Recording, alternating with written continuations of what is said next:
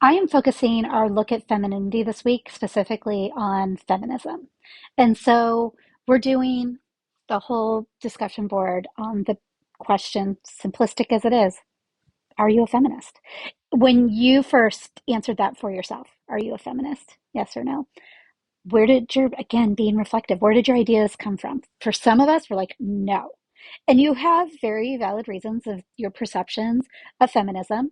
And where you bristle at that term. Lots and lots of people do. You're going to see as you ask various people in your life. Some people are like, absolutely not. Some people are like, absolutely yes. Where does that come from? Because I think it's really, really important if you look at kind of feminist messaging. Does it bring people in and make people feel like, I want to be a part of this? Or can it be alienating in a myriad of ways? So I, for some reason, have always been, I don't know, even as like a teenager, just drawn to kind of feminist concepts. To try to be reflective and think about where I got my ideas. I mean, I would imagine that it is, as we saw it, like in my example of my project, as we finished up our first ICPs, the like spirit of possibility that I grew up with in like the 80s and 90s. The world was far from perfect, but it felt like there was opportunity for everyone to possibly, hopefully start to grow and thrive. And maybe that is where kind of this all came for me. But as I took Introduction to Women's Studies, and I loved it, and I've taken many, many sociology classes, right, and double majored in both. One of the times it was 2007, so, 100 years ago. Um, I was out to dinner with my sister and her husband, and this was the last time we'd gone out to dinner before she had three kids right in a row. So my nephew and nieces are all a year apart. And after dinner, we went to this place. I don't know if you remember them. It's called a bookstore. We went to Borders. And do you remember what you would do if you ever went into a bookstore with your friends or family? Like you'd all scatter to the places that were of your interest. And so I didn't go to books, I went to magazines because pretty pictures. And so you can see before you on the screen this feminist magazine called Bitch Magazine. And I was so excited because like the colors, I totally was drawn in. And I started flipping through it. I was taking classes at the community college and dreaming of being a teacher one day, right? Started flipping through it, and there was an article on My Little Pony.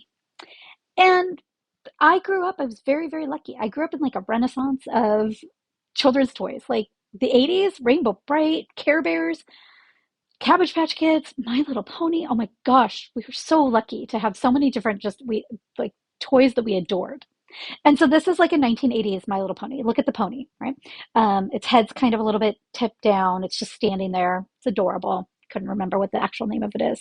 But this article in Bitch Magazine was analyzing the sexualization of little girl toys in relation to My Little Pony. And so by the time in 2007 there was My Little Pony, now My Little Pony's got its butt out and its hair is, tipped back and it's got big eyelashes. And so that was the example. And I was so excited. I bought the magazine. That article is still sitting in my file drawer with all of my lecture supplies, all in alphabetical order. It's a whole thing. I love organization a little bit too much.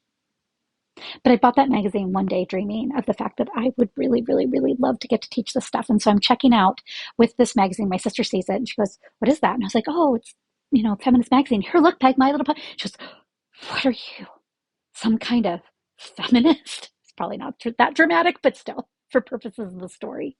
And before I could even be like, "Look, Peg," even though I'm her older sister, she can, yeah, she can kick my ass at any time. Before I could even say a word, my husband Sean, who is, I don't know, in the history section or buying some book that he probably still hasn't read until this day. The poor guy always falls asleep if he tries to read. Before I could say anything, he goes, "I'm a feminist," like he had just walked up.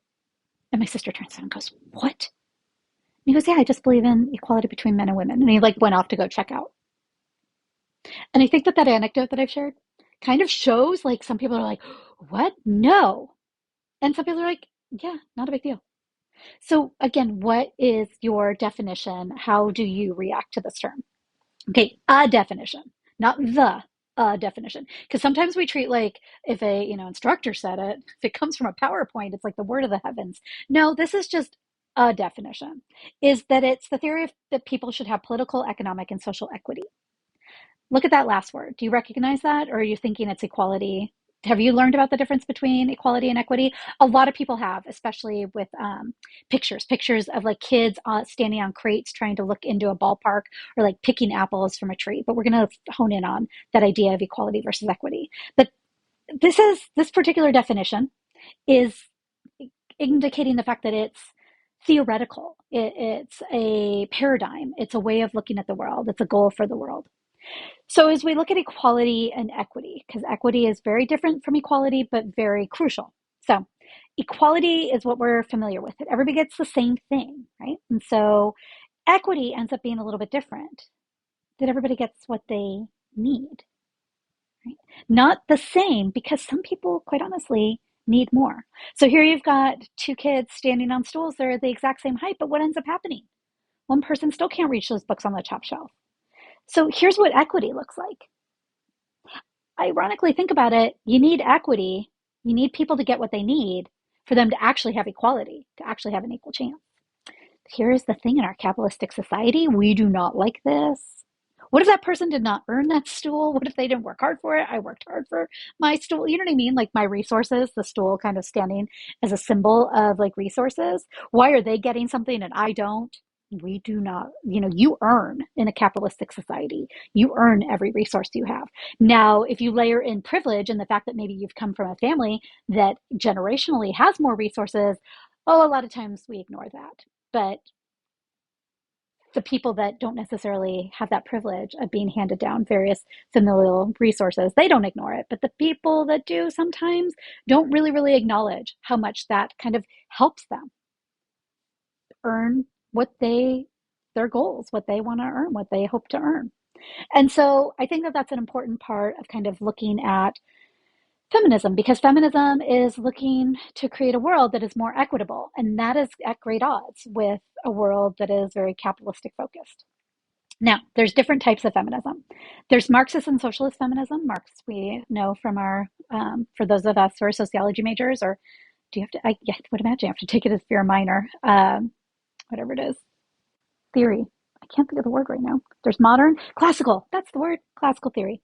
Um, this is all about, because if you think about Marx, like social conflict theory, again, kind of focused on resources and who has power.